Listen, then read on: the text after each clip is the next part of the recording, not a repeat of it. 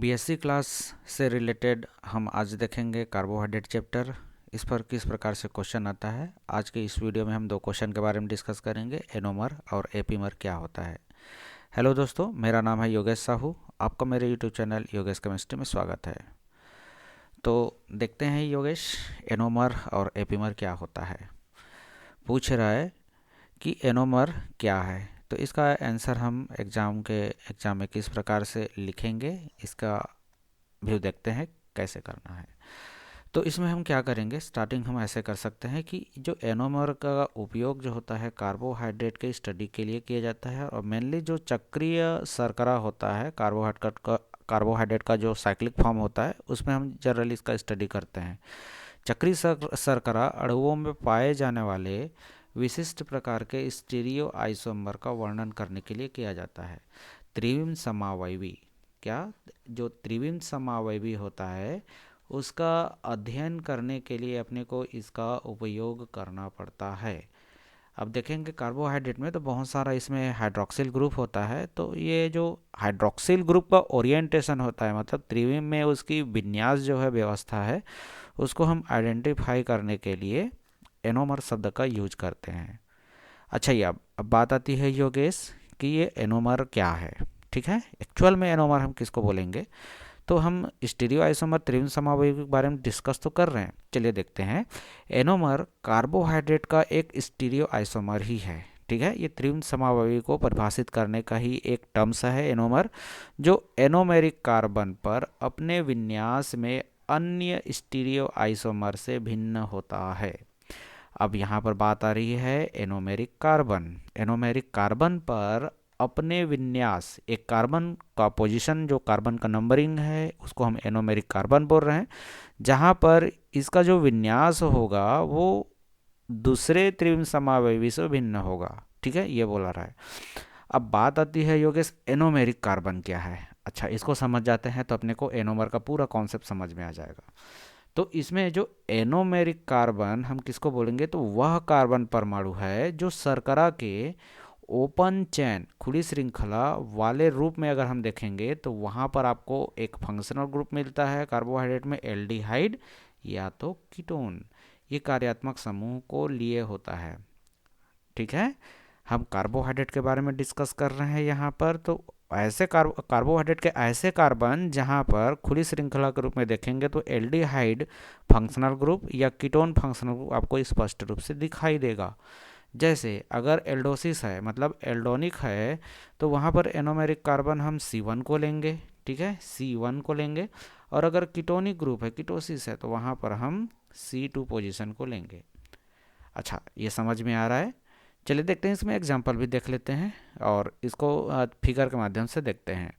हम एल्डोनिक, मतलब अगर हम एल्डिहाइड के बारे में बात करें तो एल्डिहाइड का जो फंक्शनल ग्रुप होता है वो कुछ इस प्रकार से होता है। कार्बन का फंक्शनल ग्रुप, यहाँ पर एल्डिहाइड एक फंक्शनल ग्रुप एक साइड पर होता है, जबकि कीटोन पर बात करते हैं तो CH3 और यहाँ पर CO, फिर से यहाँ पर आप CH3 दोगे।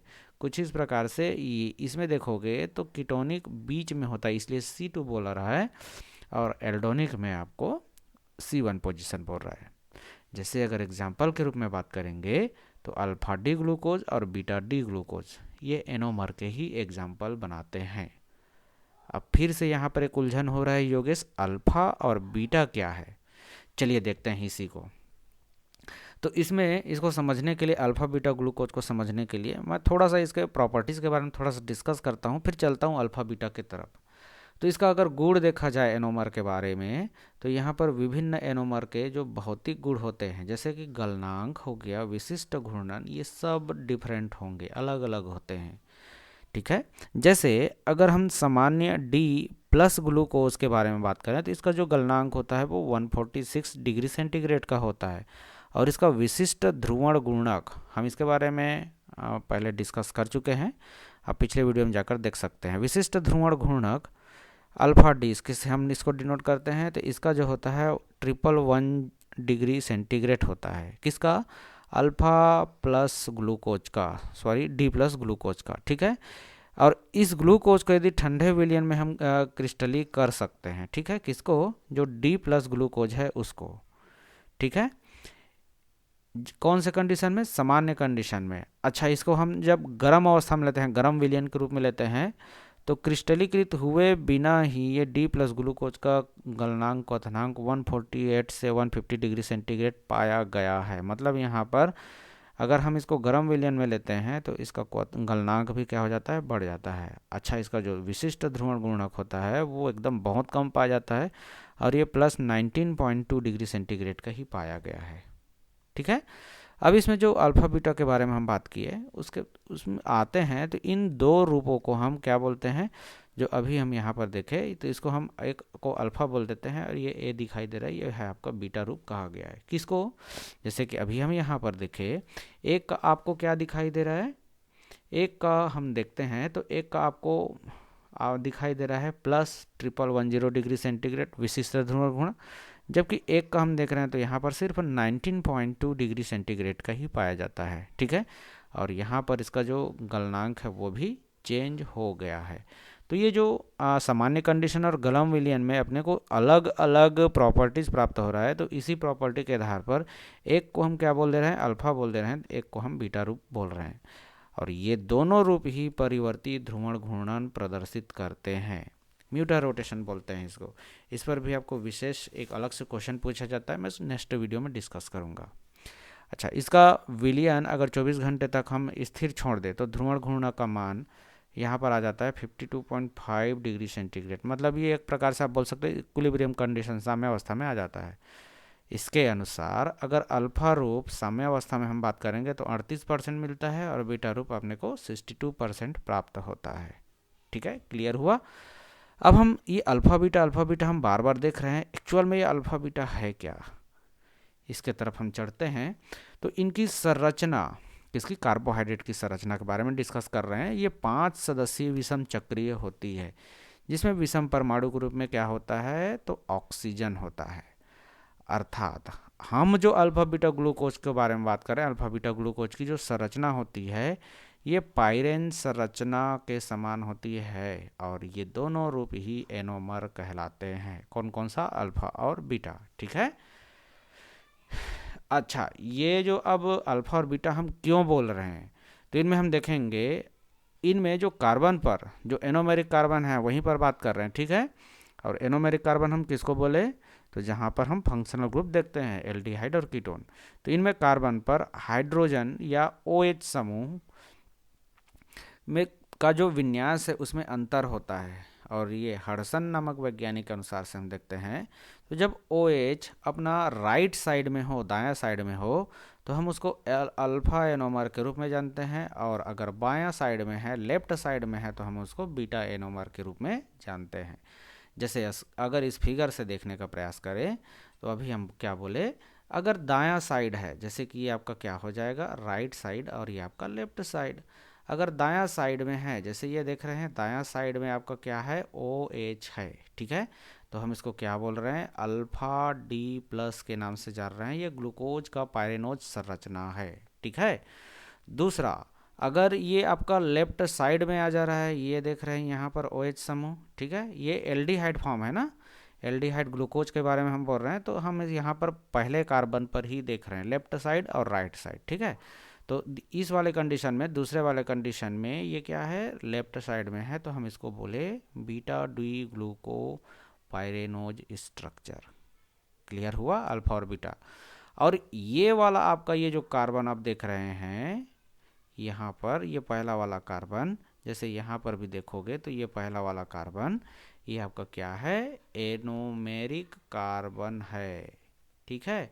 और यहाँ पर आपको दो विन्यास अलग अलग प्राप्त हो रहा है, ये दोनों विन्यास आपस में क्या है? तो एनोमेरिक फॉर्म पर है। ये घटना एनोमर कहलाती है। ठीक है। ये समावयवी।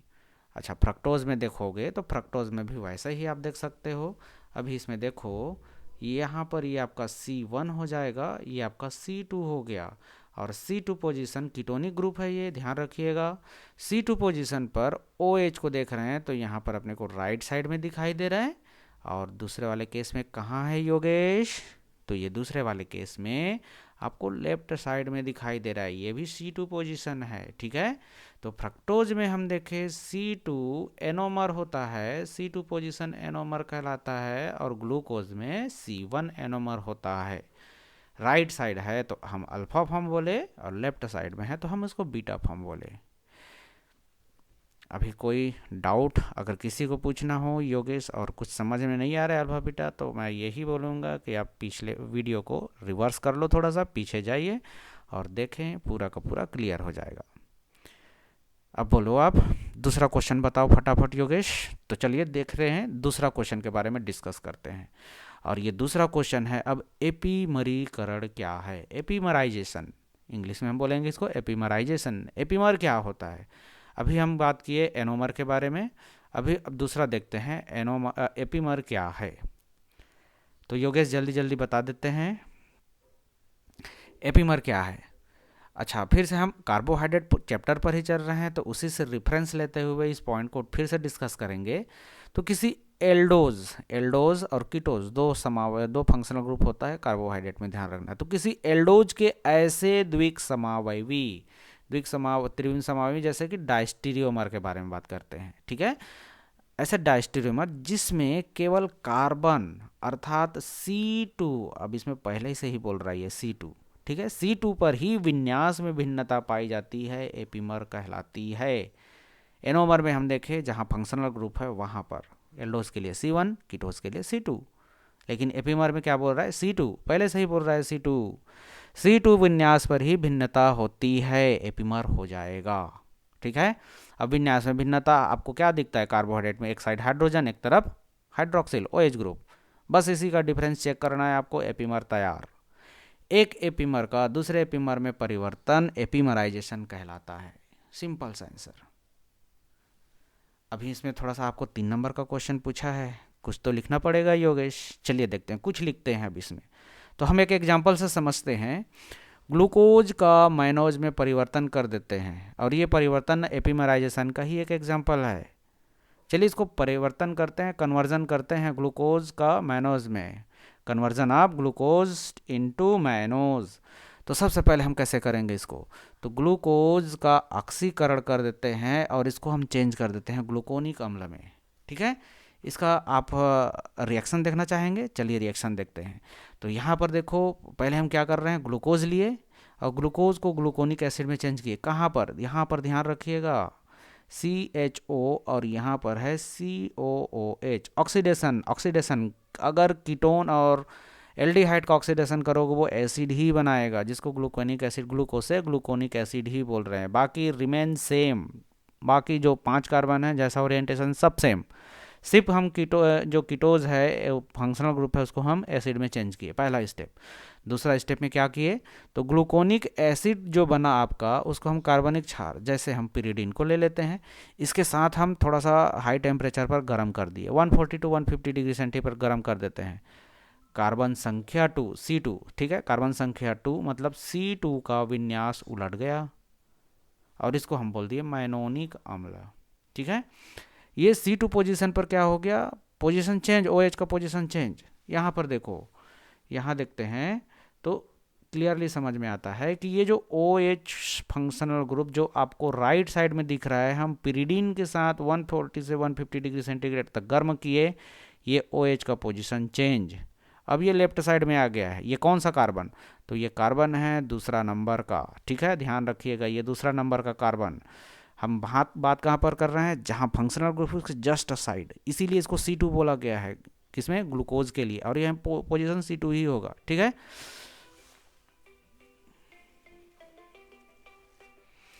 तो अभी इसमें अगला, अब ये मैनोनिक अम्ल तो बना, अब मैनोनिक अम्ल को फिर से हम गर्म कर देते हैं। मैनोनिक अम्ल को गर्म करने पर ये बहुत शीघ्रता के साथ ये गामा इलेक्ट्रॉन बना देगा।